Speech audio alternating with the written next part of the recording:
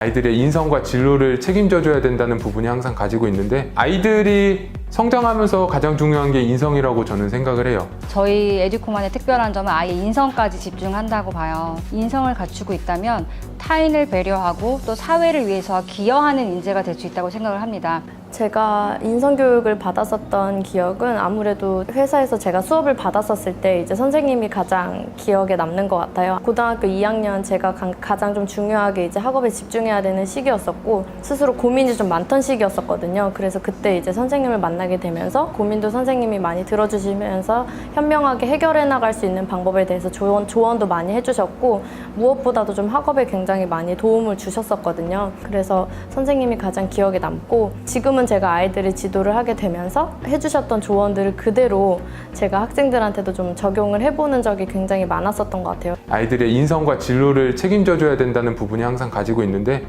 아이들이 성장하면서 가장 중요한 게 인성이라고 저는 생각을 해요. 아무리 실력이 있어도 높이 올라가도 인성이 없으면 그걸 유지하기가 힘들거든요.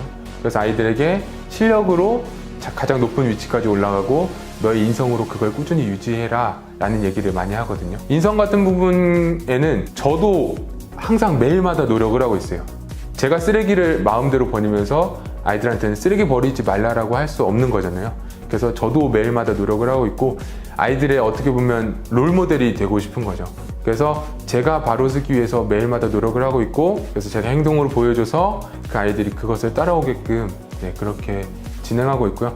공교육이고 사교육이고 일단 아이가 얼마나 성적을 잘 내는지를 중점적으로 본다면 저희 에듀코만의 특별한 점은 아예 인성까지 집중한다고 봐요. 인성을 갖추고 있다면 타인을 배려하고 또 사회를 위해서 기여하는 인재가 될 수 있다고 생각을 합니다.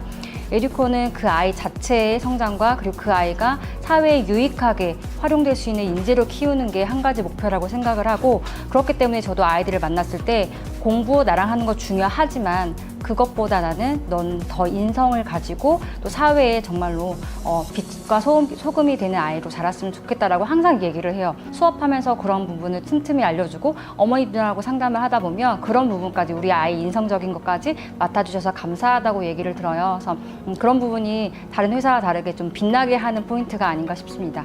부모님과의 트러블로 이제 굉장히 많이 어긋나 있었던 학생이 있었어요.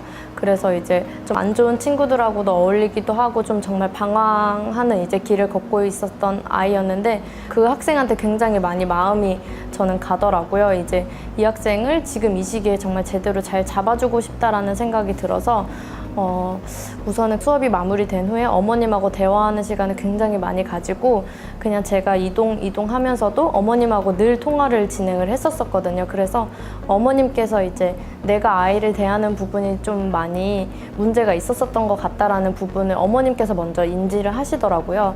그러면서 이제 어머님이 변화가 되면서 학생이 같이 안정적이게 변화를 하나씩 찾아나가는 부분들이 있었어요. 사이버 부서기는 한데 아이들이 너무 만나고 싶은 거예요.